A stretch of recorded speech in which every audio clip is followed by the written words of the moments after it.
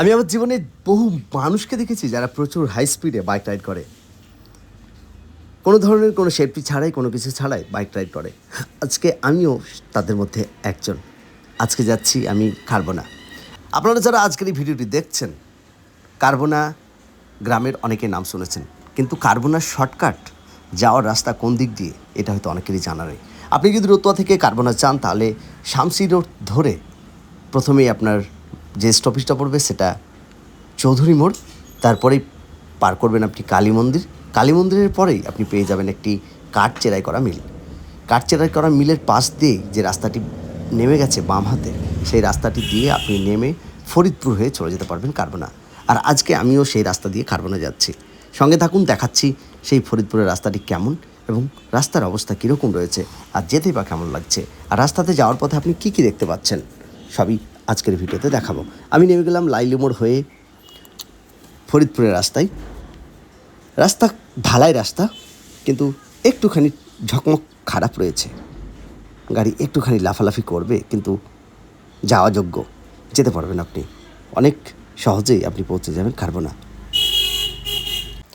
আমি বর্তমানে যে রাস্তাটিতে রয়েছে বা যেই গ্রামটিতে রয়েছে, এই গ্রামটি সাডেন বসেছিল কাঞ্চননগর পূর্বপাড়া থেকে এসে বা কারবোনা থেকে এসে অনেকে এইখানে বাড়ি করেছেন, এবং এই জায়গাটির নাম হচ্ছে লাইলি মোড়।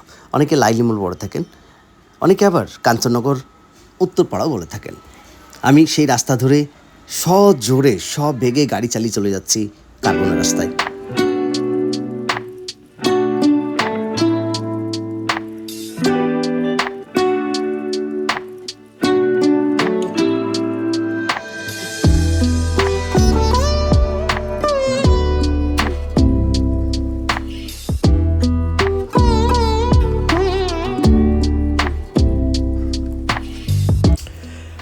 ফরিদপুর ঢোকার আগেই আপনি লাইলি মোড় থেকে নেমে যে রাস্তাটি প্রথমে, যে গ্রামটি প্রথমে পাবেন সেটি হচ্ছে ফরিদপুর পূর্বপাড়া।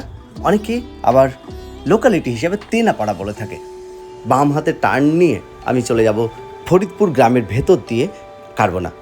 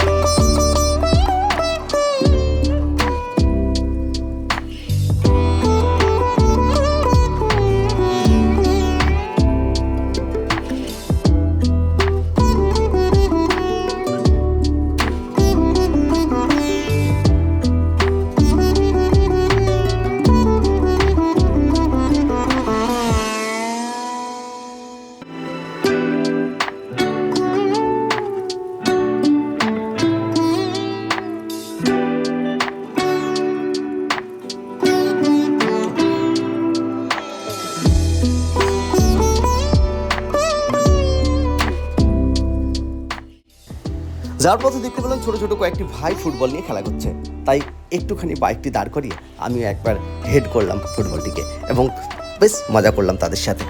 আপনি ফরিদপুর গ্রামে পেয়ে যাবেন রুতো 1 নম্বর ব্লকের অন্তর্গত ফরিদপুর প্রাথমিক বিদ্যালয়, যেখানে নিম্ন বুনিয়াদী থেকে ক্লাস 5 পর্যন্ত পড়ানো হয়। যেই প্রাথমিক বিদ্যালয়ে আমার বাবা শিক্ষকতা করেছিলেন এক সময়, এবং আমিও সেখানকার ছাত্র ছিলাম। এই করতে করতেই আমি কালভার্ট পার করে ঢুকে গেলাম কারবোনায়।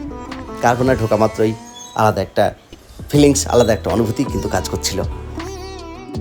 বাড়ি ঢোকার আগেই দেখলাম আমার একটা ফোন এসছে, তাই আমি বাম কানে মোবাইলটা ধরে ডান হাতে ভিডিওটা করছিলাম, এবং সেই ভিডিও করাকালীন বাইক থেকে নেমে যখন কান থেকে ফোনটা আমি হাতে নিচ্ছিলাম, তখন ফোনটি আমার পড়ে যাওয়ার দরুন একটুখানি ক্ষতি হয়েছে ফোনটির।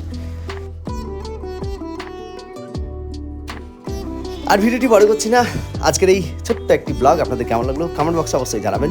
ভালো লাগলে একটি লাইক দিয়ে শেয়ার করে সাথে থাকবেন। আমার এই ফেসবুক পেজে আপনি যদি নতুন হন তাহলে অবশ্যই পেজটি ফলো দিয়ে সঙ্গে থাকবেন, এরকমই আরও সুন্দর সুন্দর গ্রামাঞ্চলের ভিডিও দেখার জন্য। ভালো থাকবেন সকলে, সুস্থ থাকবেন। আল্লাহ হাফিজ।